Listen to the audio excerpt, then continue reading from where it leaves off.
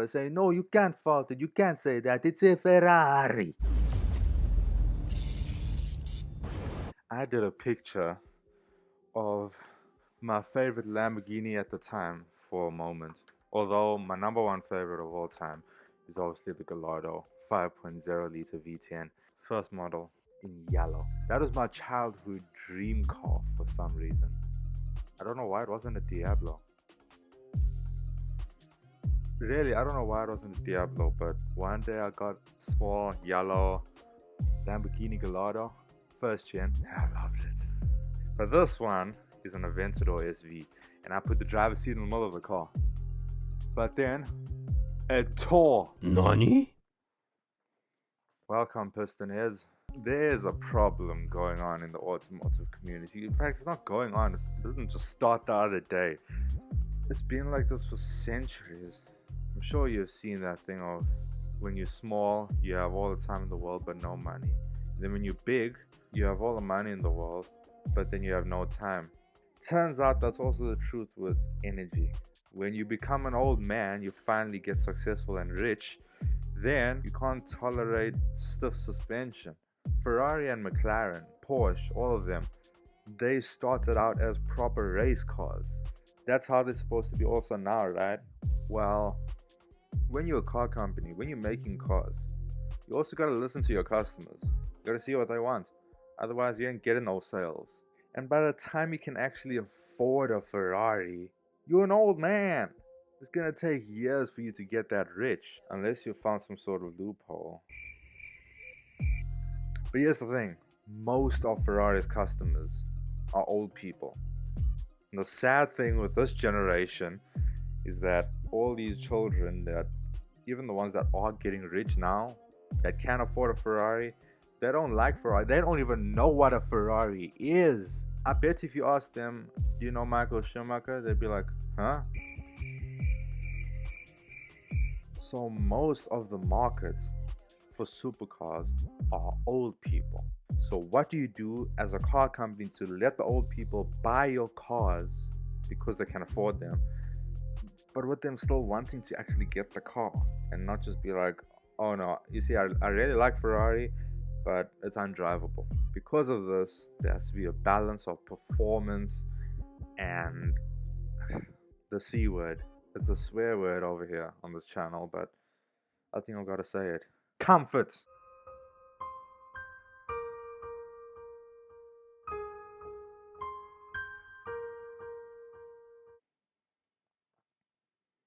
The thing that matters least when you're trying to go fast. If you compromise on performance for comfort, you are bum. Before we go any further, let me elaborate on all of this and get something straight. There's a difference between comfort compromise and a suitable drivable cockpit for a racing driver. Compromising handling with too soft suspension, a flexi chassis, terribly heavy seats, that's compromise. But putting an unnecessarily hard trash seat in the car doesn't make it better performing. This was a very long time ago, before Pistonfury was a thing. I went to this place that had Ferraris, McLarens, Porsches, Rolls Royces, all of these stuff. I sat in a Ferrari 458 Spider and a 675 LT McLaren. The Ferrari seat, obviously you can choose which seat you want when you buy a Ferrari. It's speccing, that's how things work. But whoever specced this car specced it absolutely terribly, because the seats of that Ferrari felt like a rally course I was sitting on. It was terrible. Whereas the McLaren, I was getting into my own body glove. It could fit me perfectly. It was comfortable, soft enough, but it hugged me. I felt like I could take over 7 Gs right there. I'd be fine in that seat. But those seats were lightweight. They were carbon fiber seats. So yeah, I went to Ferrari the other day. Couldn't film it yet. I don't know if I'll get to film. They had a selection of many seats that you can choose from, and flip, they have extremely good ones. But coming to my point, I'm not saying that you have to be uncomfortable in a race car, because the fact is, a good level of comfort done the right way with no compromise is not a swear word, but rather it is driver's mental focus assistance. Trust me, it keeps you there. It's very good to be comfortable in your race car, but when it's done with compromise, that's when comfort is a swear word. The greatest driver's automobile ever made. GOAT. It's called the McLaren F1. And the GMA T50 is the successor to that F1. It took what the F1 did and made it better. Better than the greatest of all time. So yeah, the GMA is the greatest of all time now. It's like that McLaren seat I was in. It hugs you. And it's in the middle of the car. If you still see this as just unnecessary nonsense, well, I'll tell you what. It might seem like a little thing, but everything else in your body besides your mind is not ignoring the fact. The McLaren F1 gives the driver the best perspective ever. The driver's seat in the middle of the car.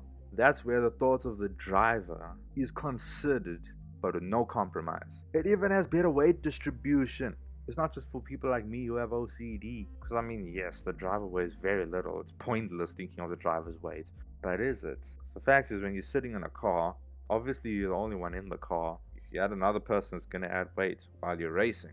But then you have a slightly slanted left to right weight distribution, unless some cars compensate for this. But when most of your sales comes from just old people, you gotta make cars for them. You gotta make cars suit them. So what do you get for a Ferrari? A chassis that flexes like hell, super soft suspension, softer than marshmallows, but with a nice sound and a cool logo, so they can brag to their friends to make up for their midlife crisis. I mean, if I was one of them, I'd do a few donuts on the golf course, but then I'd also get banned from that golf course immediately. I've alluded to this before in a previous video, the video on how to drive a Ferrari, the good side of a transaxle. But now I'm actually going into detail. It's a sad story. This is why people would be like, oh, that Ferrari handles like trash. Here's the thing. I've explained what a transaxle is, and the whole build of a Ferrari inspired from the 70s Formula 1 cars, 70s and back actually, 60s even. That first build of a mid-engined Formula 1 car, that's Ferrari style. But that's another topic. I'm talking about people complaining that it's a trash car. The fact is, it isn't. It's just made for old people. In the more technical stuff about balance, that's another story. The AMG 1 is the fastest car around the Nürburgring, taking it easy because it's better built than a Ferrari. It's a better race car. That's race car stuff. Here it's cruisers with the sports car body kit on it. So I mean, just put 20 grand into your Miata. Okay, in the US that would sound ridiculous. 20,000 rand. I'm sure you could smoke a Ferrari on a tollgate. Also the fact that his car is extremely expensive, so he won't even take it to full potential on a tollgate. Okay, forget that argument. I never said that. That's null and void. But you get the point. This is the problem with a lot of supercars. Here's the thing. At least someone like Porsche or McLaren, they make hardcore versions of their softies. So it's not just softies everywhere. I'll tell you what, when I was doing a little bit of casual research on the 296, I saw that the race car was built like a Formula 1 when it comes to the engine and the gearbox. Everything else. It's engine, gearbox, differential, rear wheel drive. It has a lot of downforce. That's on the 296 GT3 race car. But that was just one picture, so I need to do more research to see the whole build. There's a lot of detail. I don't even know, like that could have just been someone photoshopping it, but it would have been very wise and would have made sense. The fact that it's performing so amazing in GT3 racing that they did that. But like I keep saying in all of the balance videos, where you put a gearbox, where you put an engine, that's just one thing in the car.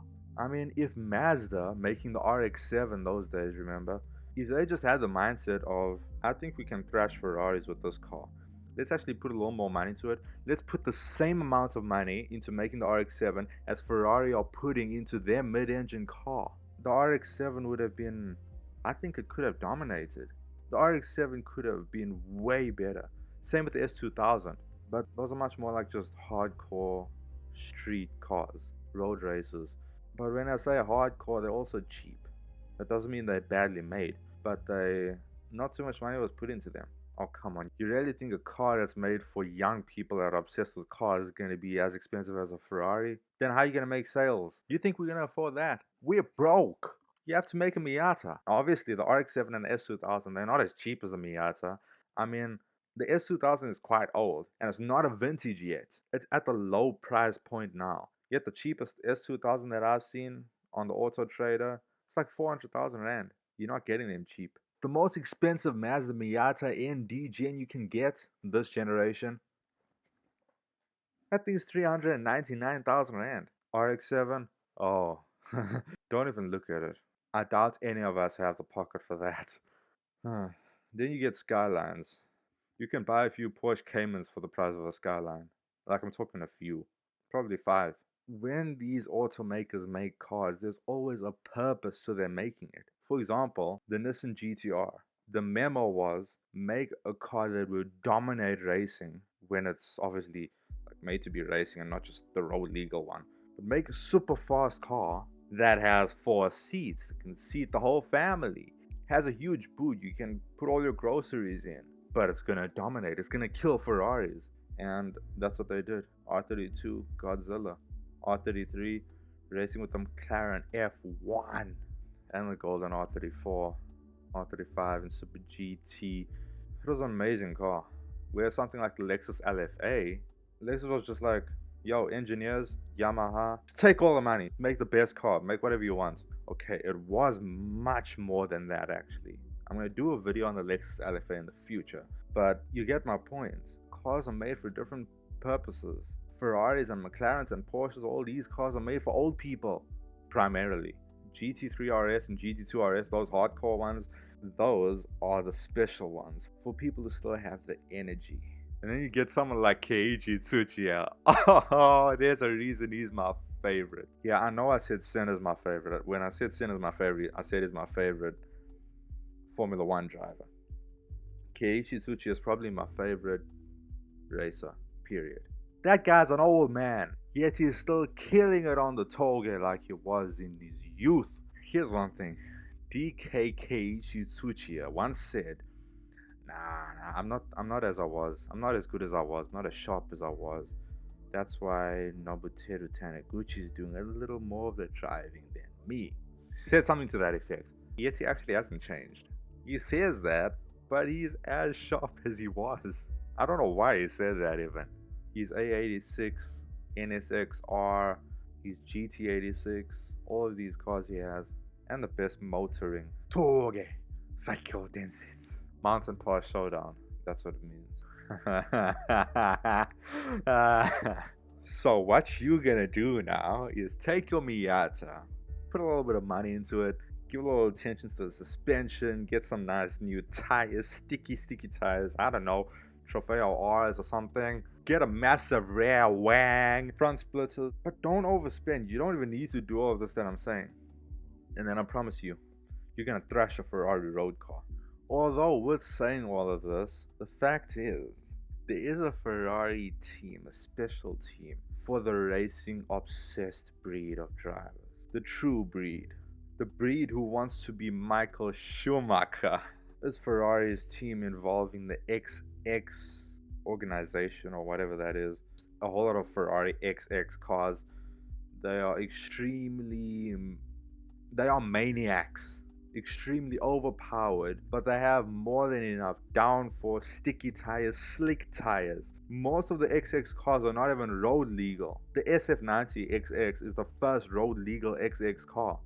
I'm talking like road legal as in it was produced to be road legal. Because yes, the FXXK Evo, I think 1 or 2 people have asked Ferrari, hey, road homologate this for me. I'm not sure if they got what they wanted. Maybe.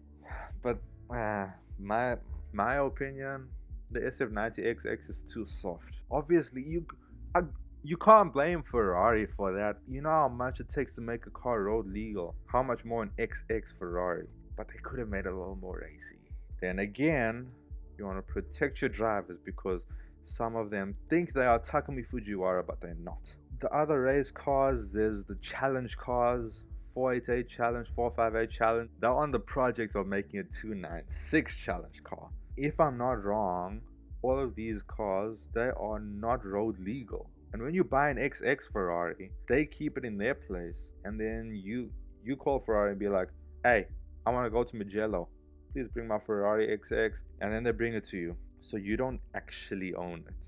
You just, technically your name is on the car. But it's still Ferrari's. when you can just ask your rich friend, hey, can I drive your XX car? Instead of spending 5 trillion billion on a car that's not even going to be in your garage. Although there are good things that come with it. You get a whole pit crew with your car. And there have been a few times I've seen stage 1, stage 2, stage 3 Ferrari tuned 458 or something, where Ferrari would take your softy old man's car and make it into the race car it's supposed to be. I don't know how much they do this.